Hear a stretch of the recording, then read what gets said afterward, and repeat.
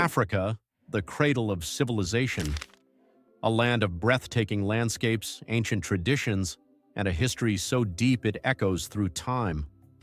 But within this vast continent, one country stands apart: Nigeria, a place where the heartbeat of a people is as fierce as the sun that kisses its red earth. It is here, in the heart of West Africa, that two Americans arrived, with nothing but a 10-day visa and a curiosity for adventure. They never imagined that a short trip would turn into a lifetime. But Nigeria had other plans. Welcome to Win Africa, where we uncover the untold stories of Africa, the ones the world needs to hear, stories of passion, resilience, and the extraordinary people who make this continent shine.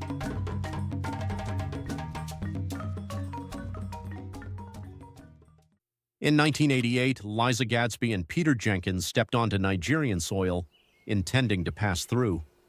Just another stop on their journey across Africa. But something happened, something neither of them could explain. They got stuck, and for nearly 4 decades, they never left. Their story is not one of captivity, but of passion, of discovery, and of an unbreakable bond with a country they had never planned to call home. Why did they stay? What kept them rooted in Nigeria when they could have left at any time? And what shocking truths did they uncover about Nigeria's vanishing wildlife, its lost traditions, and a crisis few seem to notice?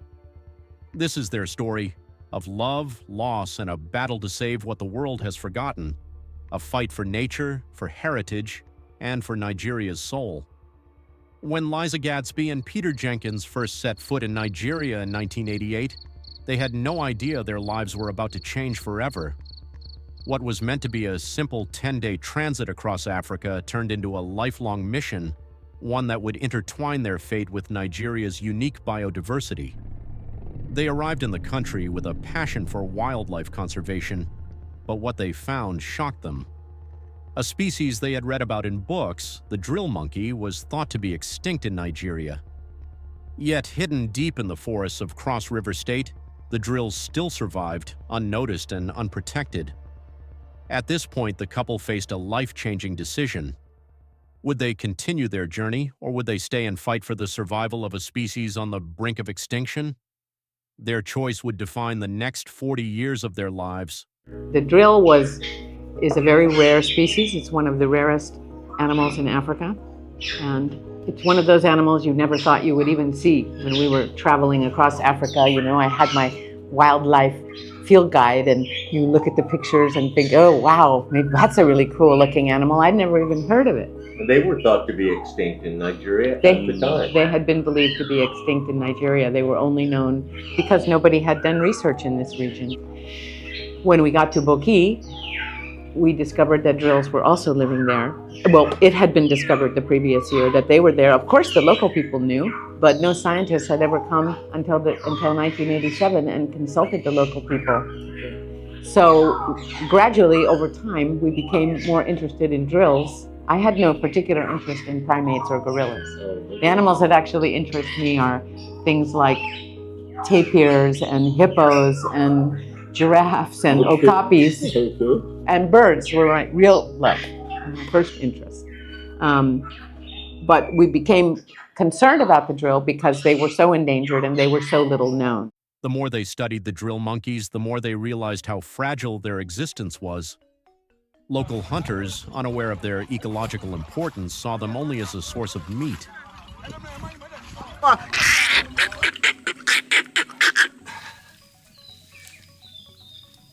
Deforestation was erasing their natural habitat, and with every passing year, the numbers dwindled. Liza and Peter knew that if they didn't act fast, this rare species would be lost forever. They dedicated themselves to establishing a conservation program, creating awareness among locals, and lobbying the government for support. This led to the founding of Pandrillis, a non-profit organization focused on protecting the drills and other endangered wildlife in Nigeria. But their work was not easy. They faced logistical challenges, financial struggles, and at times resistance from people who saw conservation as a threat to their traditional way of life.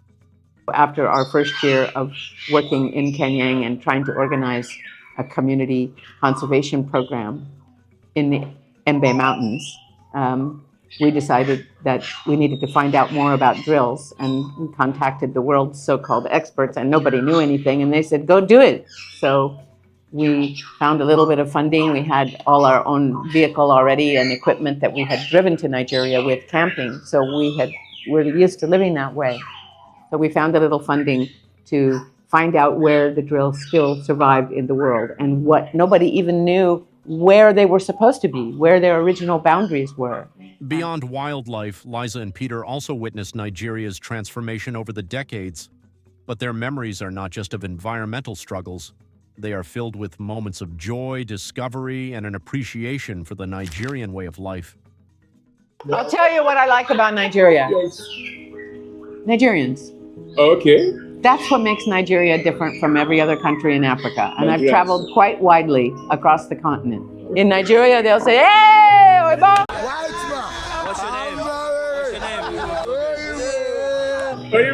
Come in now, sit down, make me talk. I go buy you drink. That is the difference between Nigeria and the rest of Africa. They remember a time when communities were incredibly welcoming. In those days, life was simple and affordable.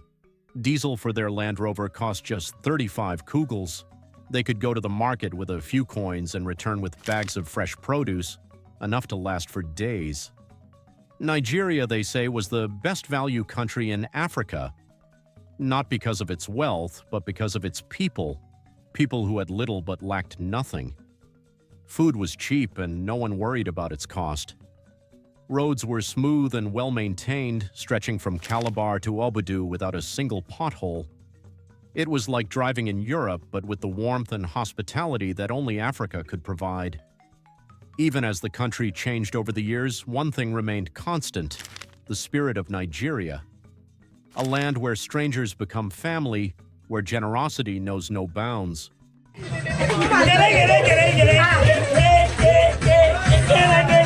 Where opportunities are waiting for those willing to embrace them. Spending 4 decades in Nigeria did not come without sacrifices. They lived through economic instability, political transitions, and periods of unrest. There were times when they questioned whether they had made the right choice staying in Nigeria. Possibly a mistake was made in the past, and I think in this country too much power is devolved to the states. Okay. Governors are more powerful than senators. They're actually almost more powerful than the president. And I think that needs to change. I think Abuja needs to take a little bit stronger position. Okay. For example, federal forestry. It still exists. It's still staffed. There's a building there. But there are no federal forests in Nigeria. All the forest reserves are under the states. And then you get the governor comes in, whether it's this state or another, and he just sees it as his personal revenue source.